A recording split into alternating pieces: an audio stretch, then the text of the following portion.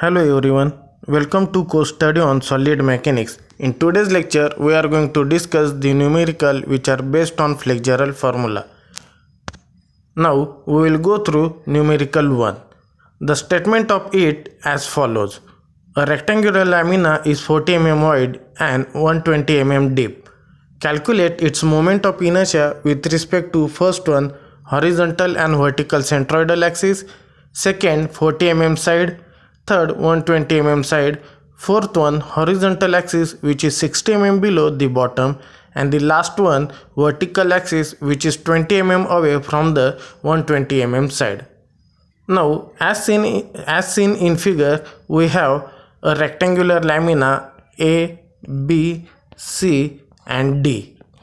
The rectangular lamina has centroidal axis XX and YY. About these two axes, we have to find out the moment of inertia. After that, we have the base AB which is 40 mm width. About that axis also, we have to find out the moment of inertia. Next one, we have the base BC which is parallel to YY axis. About BC also, we have to find out the moment of inertia. After that, we have axis HH which is parallel to axis XX, and this particular axis HH is located at a height of 60 mm below AB. So this distance is 60 mm. In the same manner, we have axis VV which is parallel to axis YY. The axis VV is located at a side of 20 mm from base BC. About those axes again, we have to find out the moment of inertia. Remember that our figure is symmetrical about XX axis and it is symmetrical about YY axis. To find out the moment of inertia about these two axes, we will use the formula directly, BD cube by 12 and DB cube by 12. But remember that while calculating the moment of inertia about HH axis, as it is not symmetrical about XX axis, then we have to use the theorem of parallel axis, and by using that theorem we will find out the moment of inertia about HH axis. In the same manner, we have axis VV which is at a distance of 20 mm from side BC. Again, it is not symmetrical about YY axis, so we will use the theorem of parallel axis for the same. Now first of all, we will calculate the value of moment of inertia about axis XX and YY. About axis XX, as it is symmetrical about XX, we have the formula BD cube by 12. Therefore, as we have width equal to 40 mm and depth equal to 120 mm, after putting the value of width and depth in this particular equation, we have the moment of inertia 5.76 into 10 raised to 6 mm raised to 4. Remember that mm raised to 4, it is the unit of moment of inertia. We have used this formula directly because our rectangular lamina is symmetrical about XX axis. Therefore, the formula is BD cube by 12. If you observe the figure, our figure is again symmetrical about YY axis also. Therefore, we will use the formula DB cube by 12. There we have depth equal to 120 mm, width equal to 40 mm. On putting the value of width and depth, we have moment of inertia about YY axis 0.64 into 10 raised to 6 mm raised to 4.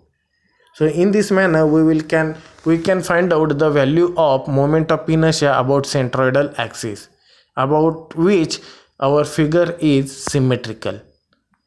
Now we have to find out the value of moment of inertia about 40 mm side. About 40 mm side means about AB, we have to find out the value of moment of inertia. About base, the moment of inertia is given by BD cube by 12. On putting the value of width and depth in this equation, we have the value of moment of inertia about AB equal to 23.04 into 10 raised to 6 mm raised to 4. After that, as given in the numerical, we have to find out the value of moment of inertia about 120 mm side. About 120 mm side means about BC, we have to find out the value of moment of inertia. Remember that BC, it is the base of rectangular lamina which is parallel to YY axis. Therefore, about BC, we have the moment of inertia dB cube by 3. On putting the value of depth and width into this equation, we have the moment of inertia 2.56 into 10 raised to 6 mm raised to 4. Now, the most important is we have to find out moment of inertia about HH axis. Remember that about HH axis, our lamina is not symmetrical about XX, because this HH is horizontal one, so we can consider it as parallel to XX, but it is not symmetrical one. As it is not symmetrical one, we will use the theorem of parallel axis. The theorem of parallel axis states that the moment of inertia about any axis is equal to the moment of inertia through the CG of that particular figure plus the area of figure and the square of distance between these two reference axes. Therefore, by using parallel axis theorem, we will find out the value of IHH, and that formula is IXX plus AH square. As we have already found out the value of IXX, it is 5.76 into 10 raised to 6. We have the value of area, width into depth. Therefore, width into depth, it is 4800 mm square. Now, how to find out the value of H? The value of H is nothing but it is the distance between the reference axis, that is HH, and the distance through the CG.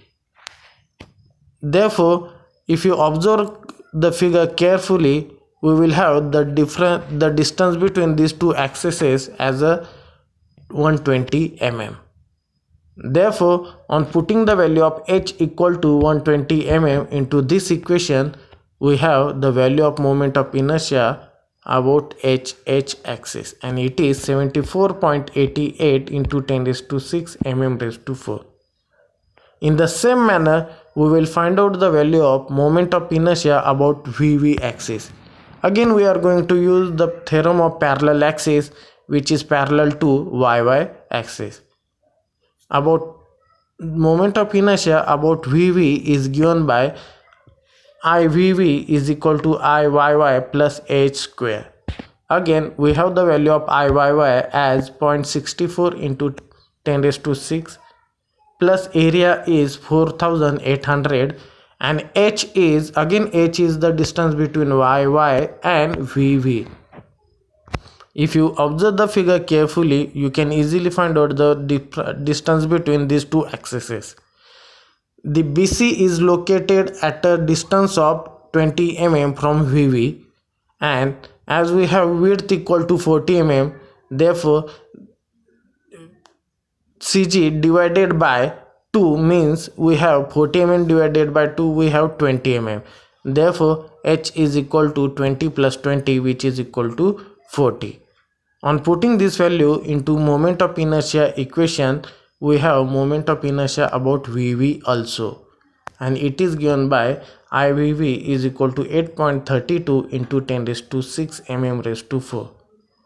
In this manner, we have find out the value of moment of inertia about the axes which are passing through its centroid, about its base, or the axes which are located at some distance from its base. In the next lecture, we will again discuss the numerical based on the flexural formula. We will stop here. Thank you.